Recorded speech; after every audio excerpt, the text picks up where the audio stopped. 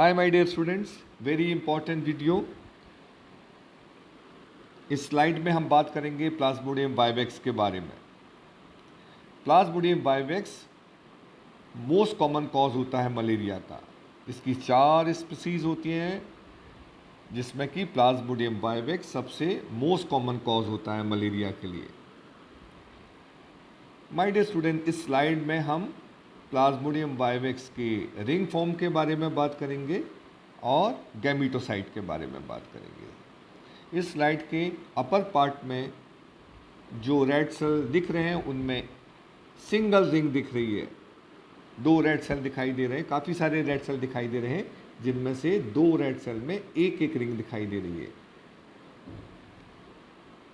जब एक रिंग हो एक रेड सेल के अंदर तो उसे प्लाज्मोडियम वाइवेक्स माना जाता है, और जब रेड सेल के अंदर एक से ज़्यादा रिंग हो, मल्टीपल रिंग्स हो, तो उस समय हम इसे प्लाज्मोडियम फैल्सीपेरम का इन्फेक्शन कंसीडर करते हैं।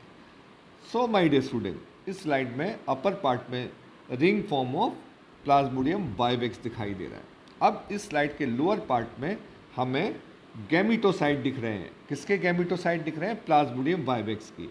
अब ये गैमीटोसाइट दो तरह के होते हैं, male gametocyte and female gametocyte. अब इंपॉर्टेंट पॉइंट ये है, how can we differentiate male gametocyte from female gametocyte. My dear student, बेचारा मेल गैमीटोसाइट छोटा होता है और फीमेल गैमीटोसाइट बड़ा होता है। तो जो जहाँ पर मैक्रो गैमीटोसाइट लिखा दिखाई दे रहा है वो है फीमेल गैमीटोसाइट, जो कि साइज में बड़ा होता है, और जो मेल गैमीटोसाइट होता है वो साइज में छोटा होता है, इसलिए उसे माइक्रो गैमीटोसाइट बोला जाता है।